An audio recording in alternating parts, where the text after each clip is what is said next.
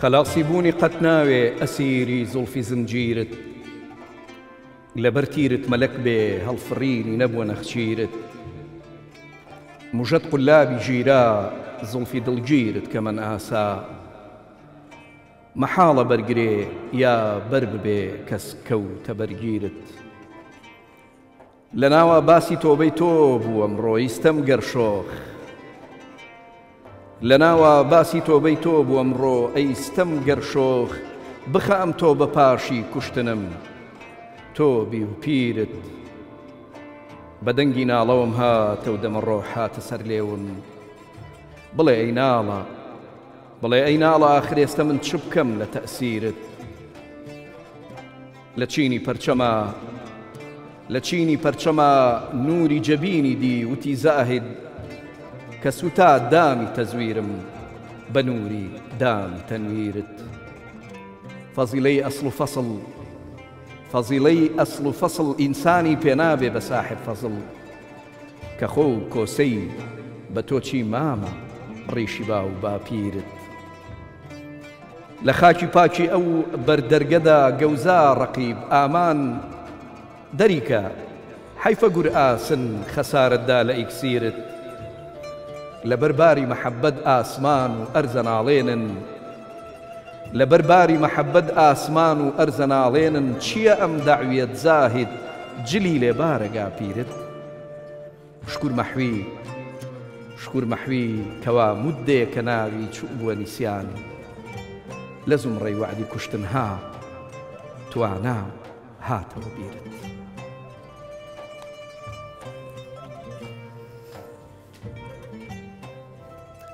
بە ناوی خوای بەخشندەی میهرەبان، سڵاوی خوای گەورەتان لێ بێ بینەرانی ئەزیز و خۆشەویست.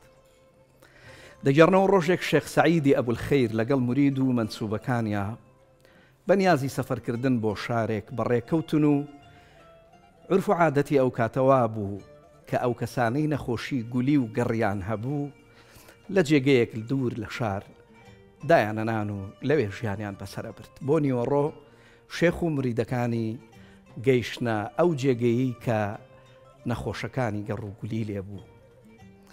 شێخ بە سواری وڵاخەکەیەوە بوو، تەبعاً مانگی پیرۆزی ڕەمەزانە و هەمویان بەڕۆژوون. لەو کاتەیە یەشێک لە نەخۆشەکان هاواری لە شێخ کرد و وتی یا شێخ دابەزە نانی نیوەڕۆمان لەگەڵا بخۆ. شێخ ویستی بڵێ کە من بەڕۆژوم و نانتان لەگەڵا ناخۆم، بەڵام یەکێکی تر لەو لاوە بە دەنگی بەرز وتی چیە یا شێخ؟ ئەڵەی تۆش وەکو ئەوانی تر خێز و بێزمان لێ یەکەیتەوە و ناتەوێت لەگەڵمانە ئەم ژەمی نیوەڕۆیە بخۆی. شێخ لە وڵاخەکەی دابەزی و نانی نیوەڕۆی لەگەڵا خواردن و مریدەکانیش سەیریانە کرد چۆن ئەکرێ لە مانگی ڕەمەزانە شێخ بەڕۆژووە و بەڵام لەگەڵ ئەمانەیەوە دانیشتووە ژەمی نانی نیوەڕۆ ئەخوا. نانەکەی تەواو کرد و بەدڵ خواحافیزی لێکردن و بەڕێکەوتن بۆ ئەو شوێنەی کە مەبەستیان بوو. ئێوارە وەختێک کە گەیشتنە جێگەی خۆیان لەوێ بانگی ئێوارەی دا و هەمووان ڕۆژوەکەیان شکان. شێخیش بە دەنگی خورما ڕۆژوەکەی شکاند و یا ڕەبی خوایە ڕۆژووی ئەمڕۆمان لێ قوبوڵکە. یەکێک لە مریدەکانی ئیتر خۆی پێنەگیرا و وتی قوربان تۆ ئەمڕۆ لەگەڵ ئەوانەی کە نەخۆشی گەڕ و گولیان هەبوو دانیشتی و نانە خوارد، ئیتر ڕۆژووی چی و خوا چ شتێکت لێ قوبوڵ بکە. شێخ فەرمووی تۆ ڕاستەکەی کوڕم، بەڵام ڕاستە ئێمە ڕۆژوویەکمان شکان بەڵام دڵێکمان نەشکان. بۆیە عاریفان هەمیشە ئەو دوعایان کردووە و ئەڵێن خوایە یارمەتیمان بدەی هەرچیمان شکان دڵ نەبێ. سڵاوی خوای گەورەتان لێ بێ بینەرانی ئەزیز و خۆشەویست، ئەم کاتتان پڕ لە خێر و خۆشی و خۆشەویستی بێ.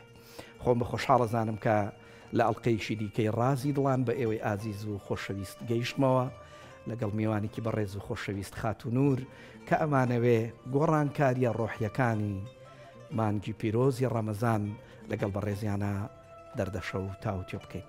بە ناوی خۆ مستافی بەرنامە و ئێوەی ئازیز و خۆشەویستەوە زۆر بە گەرمی بە خێراتنی بەڕێزیانەکەین. یاخوا بەخێر زۆر سپاس. یاخوا سەلامەتی زۆر سپاس. خۆشحاڵ بووم بۆی کە ئەم شەو بتوانین گفتوگۆیشی زۆر وەکوڵەیە گەرم و گوڕ سەبارەت بەو گۆڕانکاریانە بکەین کە نەکە ڕۆژ و بەڵکو تەواوی پەرستشەکانی تریش لە هەناوی خۆیان هەڵی گرتووە و کۆمەڵێک بابەتی معنەویان دیوی معنەویانەی هەموو ئەو پەرستشانە بێنینە دەنگ بۆ ئەوەی کە بەڕاستی بینەرانی خۆشەویستیش لەگەڵمانە ئەم ڕازە ئاشکرا بکەن و بزانن ڕاز و نهێنی برسێتی و تینوێتی لە مانگی پیرۆزی ڕەمەزانە چییە؟ دەست خۆش بێ یەکەم جار شارەکەت زۆر زۆر خۆش بوو بەڕاستی وەکو هەموو جار ئەو ستۆریکە گێڕاتەوەش بەڕاستی کاریگەر بوو پامێکی زۆر قوڵی تایە بۆ ئەوانی کە ئەگەر بیانەوە لی تێ بگەن دەستت خۆش بێ یخوا سەلامەت بی بەنسبەت گۆڕانکاریەکانی ڕۆژوگرتن من چۆن بتوانم ئەو سوودە گەورەیە لە گۆڕانکاری ببینم لە کاتی ڕۆژوگرتنیان لەم مانگە پیرۆزەیە من هەموو جار ئەڵێم هەموو شتێکە گۆڕانکارێکی گەورەت بۆ دروستەکە یان چاوەڕی گۆڕانکارێکی گەورە ئەەکەی پێویستەوە نیەتێکی بۆ دابنی و نیەتەکانیش عادەتەن شوێنیان لە دڵایە مەکانەیان لە دڵایە تۆ لە دڵەوە بڕیاری ئەوە ئەدەی کە نیەت بکەیت هەموو جارەڵێم مانگی ڕەمەزانوەکو مەشروعێک وایە مەشروعێکە لە بەردەستایە ناوی لێ بنێ وەکو پرۆجێکت مانجمنت ئەوەی کە ئیداری مەشاریع ئەکات ئەو ڕوڵزانەی کە پیاتی ینی ئەنجامی یەدەن بۆ ئەوی مەشروعەکە نەجاحەت بهێنێ تۆ شوەرە چوار ڕێگایە ئەو چوار ڕێگایە بگرە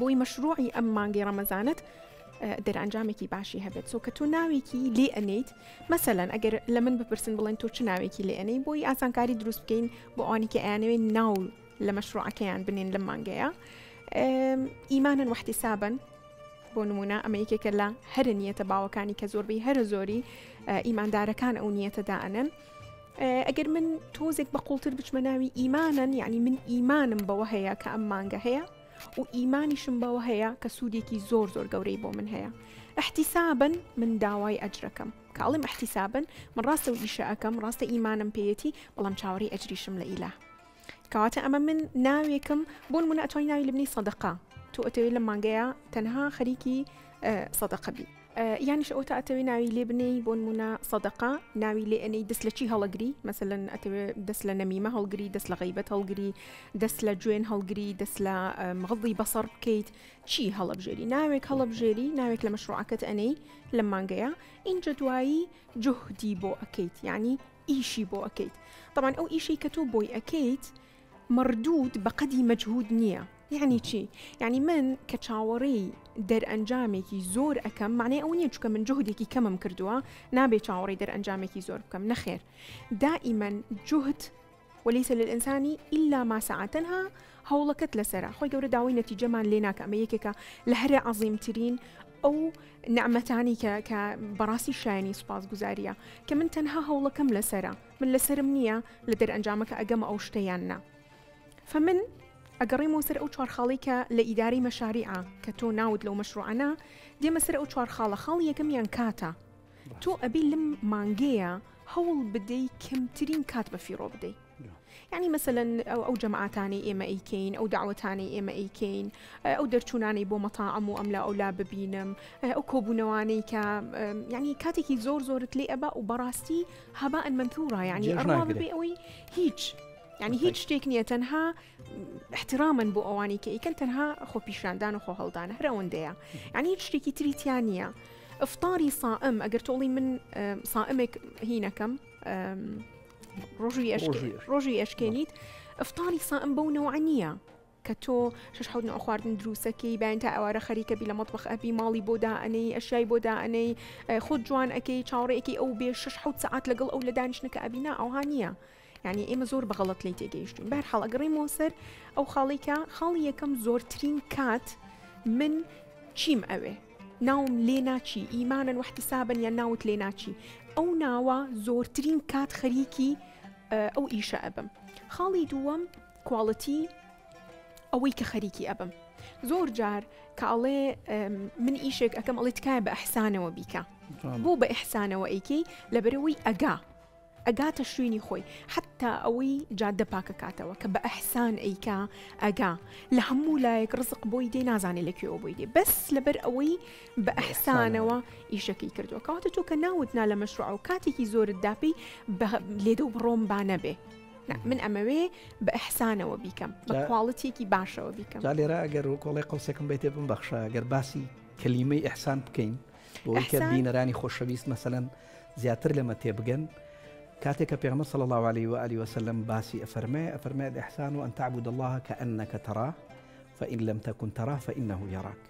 جازور مهمة يسا مثلا جناب باسي باكروية كتكرت أم باكروية وقتك بإحسان وأم بابتي خوي وكولي أنجام أدا دڵنیایە لەوەی کە ڕەقیبێکی خوایی زۆر گەورەتر و بە دقەتتر ئەوە تا تەماشایەکان نەک ئەو چاودێرانەی کە مەسەلەن دانراون بۆ چاودێری پاکەرەوەکان. ئەمە تعمیم کەینەوانێ بەسەر هەموو بابەتەکانی ترا من دڵنیام لەوەی کە مانای عیبادەتی شتەیەگەین لەوەی کە حتا عیبادەت یعنی ئەوەی کە تۆ بتوانی ئەو کارەی لەسەر شانتە وەزیفەی کە ئەتەوێ ئەنجامی بدەیت بە ئەحسانەوە ئەنجامی بدەیت بە باشترین شێوە بە جوانترین شێوە ئەنجامی بدەیت. باسی ڕقیبت کرد شتێکم بەبیر هاتەوە جارێکیان باسی ئەوە مەکراموت کەسێک ئەگەر لە بیری بچێ ئێمە ڕقیبێکمان هەیە و بەردەوام ئاگای لێمانە ئەڕواتە ژوورێکەوە دەرگاکەدا ئەخا ئەو ئیشانە ئەکا کە لە دەرەوە بۆی نییە بیکە لەبەرەوەی ڕقیبی نییە دەرگاکەدا ئەخا و ئەیکا خەریکی غەڵەت ئەبێ کاتێک کە لە ناکاوە بە شەرێک دەرگاکەی لێ ئەکاتەوە ڕائەچڵەکێ ڕائەچڵەکە لەوەی ئۆمای کاتێکێک هەیە ئاگای لێتی من چی ئەەکەم بۆیە ئەو ڕاچڵەکانە لە بەشەرێکەوە بۆی دێ بەڵام ئێمە لە بیرمانەچێ لەسەرەوە ئێمە ڕقیبێکمان هەیە لە هەموو کات و ساتێک و شوێنەکە ئاگای لێمانە. ئەمە خاڵی دووەم. خاڵی سێیەم تەکلوفەیە کولفەی ئەوەی کە من پێی هەڵەسم چەندێک هینم لێ ئەبا کولفەم لێ ئەبا چی پێ ئەڵێن چەندێک بتوانم کولفەم لێ ببات. ئەمە خاڵی سێم. خاڵی چوارم ئامانجەکەیە. ئامانجی من چییە لەمە هەموو ئیشێک کە ئەتەوێ ئەنجامی بدەیت بۆ نمونە من کاتێک کە من دێم بە کاکبیلا لەڵێم ئەپلیکیشنێک هەیە دای بەزێنە زۆر باشە مۆنتاژت بۆ ئەکا مۆسیقا ئەخاتە سەری چی من پێت ئەڵێم یعنی باشیەکانی ئەو بەرنامەکەت پێ ئەڵێم تۆش کە ئەڕۆی دای ئەبەزێنی ماوەیەکی زۆر خەریکی ئەبیت ئایا ئەمە چۆن بەکاردێ ئەمە ئیسفادەی چییە لە کام لایەن من ئەتوانم بەکاری بێنم ئەتوانم چی لێ بکەم چۆن ئەتوانێ خزمەتم بکات من چەندێک ئەتوانم خزمەتی بکەم. مانگی ڕەمەزانی شوایە بۆی من بگەم بە باشترینەکانی ئەم مانگە من ئەبێ بزانم ئامانجی من چییە لەم مانگەیە زۆر جوانە کاتە من ئەبێ زۆرترینی بابەت لەسەری گوێ بگرم گوێگرتن لەگەڵ خوێندنەوە زۆرترین شت لەسەر ئەو سوودەکانی ئەم مانگە بخوێنم لەگەڵ ئەوەی گوێ بگرم زۆر گوێ بگرم بۆی بزانم چۆن بتوانم خزمەتی کەم و چۆن بتوانێ خزمەتم کە. هەر لەسەرم قسەی جەنابەت ڕێک ئەمەی کە جەنابەت فەرمووت دروست و دقیق ئەو مانە قورئانەیە کە تایە لە سێ ئاەتا مەسەلەن خوای گەورە لە سوورەتی بەقەرە باسی ڕەمەزانەکە یەکەمیان مثلا باز لواك يا أيها الذين آمنوا كتب عليكم الصيام كما كتب على الذين من قبلكم لعلكم تتقون. عارفان ألين رمضان ريقوكم مدرسيك وايا وكتاب خانيك وايا سرتا بچی دەست پێکا بە تەقوا بە دیسپلین کردنی نفسی خۆت ئەڵێ دوایەوە مەرحەلەیە گەچێتە پێشەوانەیە مەرحەلەیە ئەبێ بەچی ئەبێ بە مەرحەلەی لعلكم تشكرون شهر رمضان الذي أنزل فيه القرآن هدى للناس وبينات من الهدى والفرقان أنجا دعاء وفرمين لعلكم تشكرون يعني بو أويك إتر إنسان كاتك مثلا خوێنکارێک یان بۆ نمونە تەلەبەیەک ئەخەینە مەکتەبەوە ئیتر کۆمەڵێک دیسپلینی خۆ بەخۆ ئۆتۆماتیکی بۆ دروستە بێ ئەگەر پێشتر درەنگ لە خەوەڵساوە بێ زوو هەڵسێ پێشتر ئەگەر گوێی نەگرتووە بێ لە کەناو وەکۆڵە پۆلەکەیە زۆر بە ئامادە باشیەوە گوێ بگرێ بۆ مامۆساکەی بزانێ چی ئەڵێ کاتێک کە ئیسفادە لەمانەیەکە لە قۆناغێکەوە چێ بە قۆناغێکی تر بۆیە ڕەمەزانیش بەم شێوەیە کە ڕێک دقیقەوەی کە جەنابەت فەرمووت ئەمەیە لە قۆناغێکەوە ئەچێ بۆ قۆناغێکی تر ئیش قۆناغی چیە قۆناغی شکرانە بژێریە یعنی شکرانە بژێری ئەو نیعمەتانەی کە مثلا وای کردوتەوە بچیتە ناو ئەم قۆناغە کاتێ ئەم دوانە ئەگەن بەیەک ئیتر مەرحەلەی ئەخیر دەست پێەکە کە ئەویش ڕوشدە لعلكم ترشدون مثلا لە ئاەتەکە کە باسیەکە نور خان ئێمە کاتێک کە بەڕاستی بە ڕۆژوە بین دقیق ئەم معنایی جەنابەت زۆر جوان بوو بەوەی کە ئێمە بەڕاستی کاتێک کە ڕەمەزان برسی ئەبین تین و ئەبین بەجددی ئەبێ بمانگەێنێتە ڕوشت یعنی حتا جەژنیش بۆ ئەو دانراوە مەولانە ئەڵێ ئەگەر تۆ نەگەیشتویتە ڕوشت پێم ناڵی جەژنیشی ئەگەڕی ئەڵێ جەژن بۆ ئەوانەیە کە بەڕاستی مەقامیشان بڕیوە ئاستێکیان تەی کردووە چۆن ئێمە بەڕاستی و گۆڵێ مامەڵە لەگەڵ ئەم مەدرسە ها ڕەمەزانیا بکەین. طبعا ئاەت زۆر هەیە لەسەر ئەوەی کە باسی متقین ئەەکە کەواتە من کە ڕائەکەم بۆ مانگی ڕەمەزان کاتە من ئەمێ بگەمە کێ ئەمێ بگەمە متقینەکان. من چۆن بتوانم سوود لە طبعا ڕۆژوو بەس تەنها ئەوە نیە من نەخۆم و نەخۆمەوە، یعنی بەس ئەوە نیە من نان نەخۆم و نەخۆمەوە کاتە من هیچم بۆ نەمایە تەنها برسێتی و تینوەتێکە نەبێ. من چۆن بتوانم بە تەواوەتی سوود لەم مانگە ببینم. طبعا حتى پێغەمبەرەکانیش چیان هەبووە کەسانی یعنی چەند خاڵێک هەبووە با بڵێن وەکو دوژمنیان بوونە باشە دوژمنیان هەبووە. کێن دوژمنەکانی پێغەمبەرەکان سێ جۆر دوژمنیان هەبووە. ئێمەش نفسی شتین، ئێمەش هەمان دوژمنمان هەیە. ئەویش یەکەمیان شەیطانە، شەیطان دوژمنی ئێمەیە. دووەمیان هەوایە، هەوای نەفسە، ئەو با بڵێن غەریزەی کە حەزە. خاڵێکی تر خاڵی سێم شەیاطین الجن والئنس، ئێمەین بەشەر بۆ بەشەر. وەکو مەحوێڵێ وەها پڕفیت نەبوو عالم کە ئیبلیسێکی وەک ئیبلیس نەماوە ئەمەنی غەیری کڵێشە و کەڵکەڵی مەخلوقەڵێ دنیاونە پیس بۆ ئیبلیس نازانێ خۆی شو ئافشارێتەوە ناچار هاتوۆتە کەڵکەڵە و مێشکی ئینسانەوە. فەئیتر ئێمە شەیطان دێت بۆ نمونە ئەڵێ تۆ تااقەتت نییە، نانت نەخواردو بۆیە تااقەتت نییە، ئەو تۆ تینوتە ناتوانانی بڕۆیتە دەرەوە ناتوانانی بخێها. شەیطان بە بەردەوامی چیت بۆ ئەکا وەسوەسەت بۆ ئەکا بۆی تۆ تەنها تینوێتی و برسێتێکت بۆ بنێتەوە لە مانگە. تەنانەت هەندێک جار یعنی تۆ باشە زانیت ڕۆژ و گرتن خاڵی تری لەگەڵە. یعنی من کە بە ڕۆژوو بووم ئەبێ نوێش بکەم، کە نوێشم کرد نابێت درۆ بکەم، کە درۆم نەکرد نابێ غیبەت بکەم، کە غیبەتم نەکرد بۆ نمونە هەندێک شتی تر هەیە من ئەبێ بیکەم، خاڵی تر دوایی دێنە سەری. فمن کە بەس ئەمەم بۆ مایەوە کاتە من شەیطانێک هەیە لە ژوورەوە وەسوەسم بۆ ئەکا. جگە لەم شەیطانە هەوای نەفسم هەیە، یعنی مەسەلەن من حەزم لە خەوی زۆرە، حەزم لە درۆیە، حەزم لە غیبەتە، حەزم لە خواردنی خراپە، حەزم ئەمانەش خۆی بۆ خۆی یەکێکن لە دوژمنەکانی ئێمە کە نایەڵێ بە باشترین شێوە ئێمە ئیستفادە لە مانگەکە بکەین. شەیاطینی جنی وەئینس من بۆ تۆ بۆ من. کورە دەورە با بڕۆینە دەرەوە، کورە چیە با بە ڕۆژوو نەبین، کورە چیە تاقەتمانی خۆمان بە ڕۆژوین لە بەیانیەوە بە ڕۆژوین. ئیترها زۆر شت من هەر لەم شەوانە برادێک هات بۆ لام قاوەیەکمان خواردەوە بەیەکەوە، نازانم چۆن باسی یەکێک هات. منیش لە دوورەوە ئاها باسم کردوتم یعنی ئێستا ئێمە شەیاطینی جنی وەئینسی وتی کورە شکاندمان ڕۆژ و تەواو بوو. یعنی من کە ڕۆژوەکەم شکاند معنەی ئەو نییە مانگەکە تەواو بوو، تەواو نەبووە جارێ. یەک خاڵی تر هەیە کە ڕەبتە بەم خاڵە، معنەی ئەو نییە من ئەم غەڵەتانە لە ڕەمەزان ناکەم، لە دوای ڕەمەزان بۆم هەیە. نە بەس ئەمە لێرە ئەڵێ چی؟